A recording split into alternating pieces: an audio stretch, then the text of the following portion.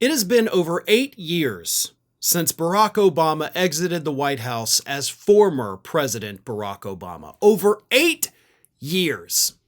So you would think, having, basically we're on our third administration now since Obama left office, you would think that maybe those birther conspiracies would just kind of go away, right? They're totally irrelevant because he's not the president and he's not running the Democratic Party. He's not running for anything. He is private citizen, former President Barack Obama. But if you think that, you'd be wrong. Because over the weekend, Marjorie Taylor Greene decided to rehash the birther conspiracies. And she apparently got duped by a video that, much like Obama's administration, was also over 8 years old. Greene got on Twitter, saw an 8-plus-year-old video of Sheriff Joe Arpaio from Arizona claiming, without any evidence, that Obama's birth certificate was fake. It was an hour-long video that, again, provided no evidence to suggest that his birth certificate was fake. And on this weekend, in the year 2025, almost 9 years after that video was originally posted, Greene reshared it and said, quote, "Oh, this is great. Obama's birth certificate was fraudulent." But it wasn't. And the video didn't even come close to showing that. And I also have to question, why is that, "Ooh, this is great"? Right? Like, why is that great? What does it do? Here's what gets me about this. Let's take a moment. First of all, we know that these Republicans like Marjorie Taylor Greene are pushing this conspiracy because it's very racist, and so are they, right? Let's get that out of the way right off the top. They're doing it because a black man was president. They don't like black men in power, and this is how they respond. That's what happened during the Obama years, and apparently 8 years later, it's still happening. But bear with me for a second here, folks. Let's assume that Sheriff Joe, all those years ago, was right, okay? Obama was not born in this country.